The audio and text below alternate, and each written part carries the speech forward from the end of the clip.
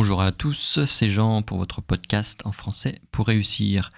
Alors, on va continuer notre série sur les anglicismes, sur les erreurs à ne pas commettre. Ça peut être du vocabulaire ou de la grammaire, mais c'est surtout lié aux anglicismes.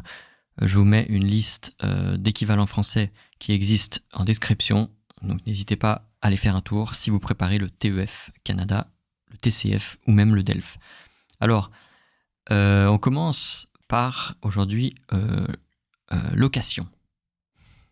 Donc location, je pense que la plupart des anglophones, personnes qui parlent anglais, ils utilisent ça pour dire en fait une situation.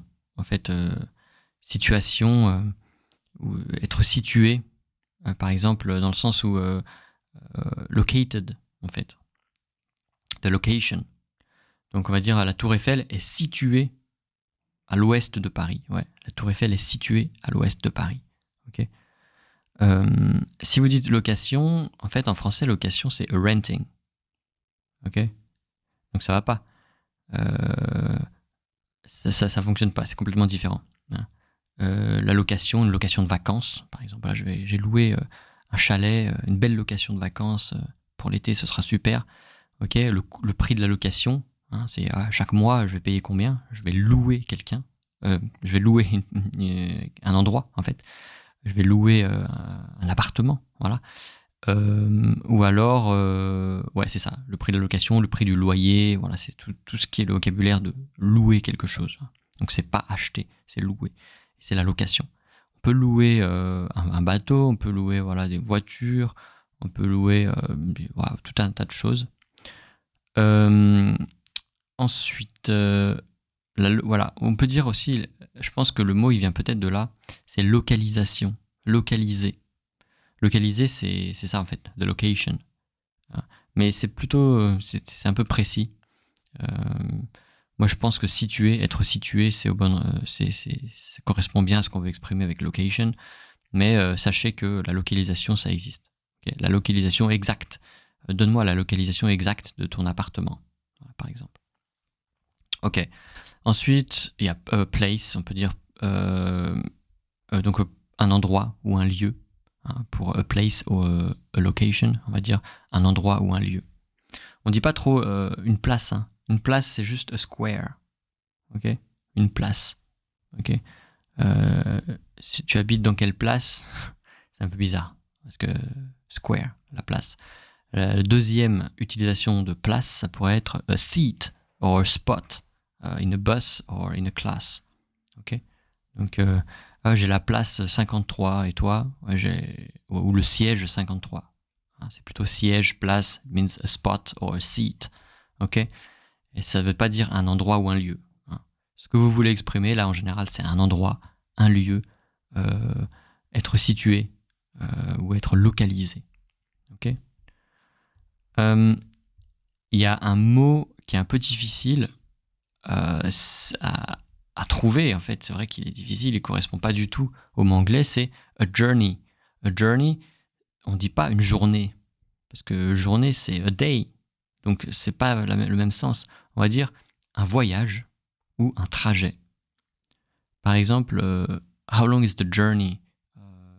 On va dire, le voyage dure combien de temps? Ou le trajet dure combien de temps? Ok. Une journée, non, c'est a day or a day's work. Ok.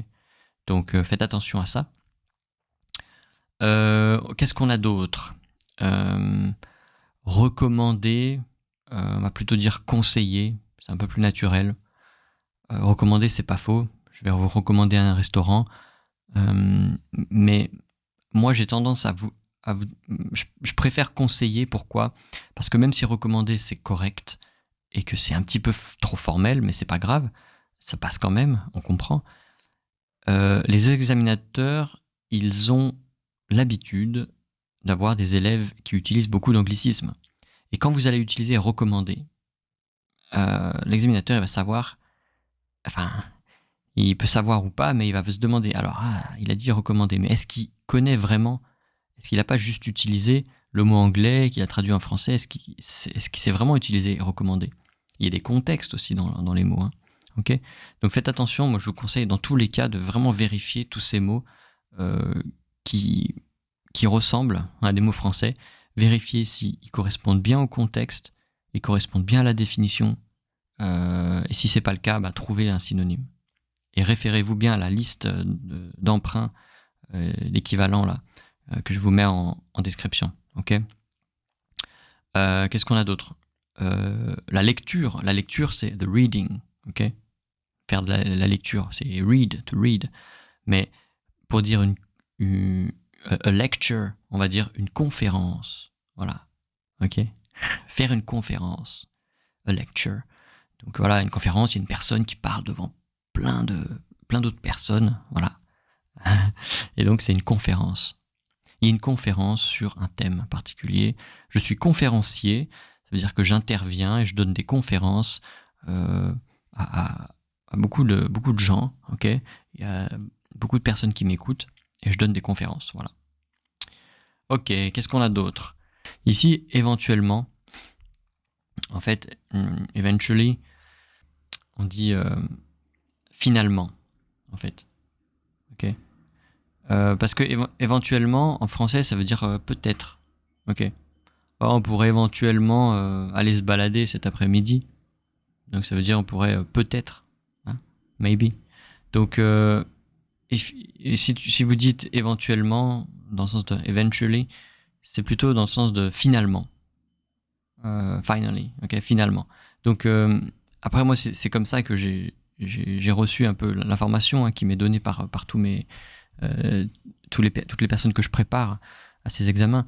Et ça me surprend, je me dis, éventuellement, ok, ah non, ce qui veut dire en fait, c'est finalement. Bon alors, finalement, qu'est-ce qui s'est passé? Tu as retrouvé ton portefeuille ou pas?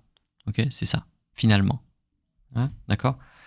Voilà, je crois que... Ah oui, et puis avertissement aussi.